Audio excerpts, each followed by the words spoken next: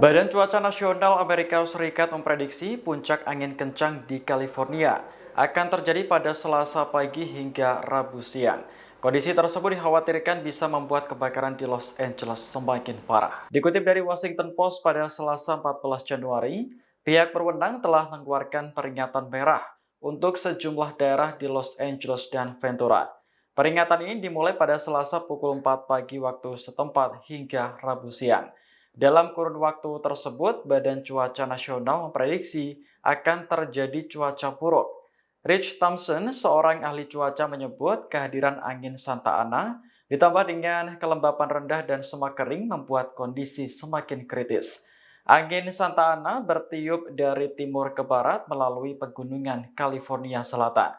Kecepatan angin tersebut bisa mencapai 80 hingga 129 km per jam.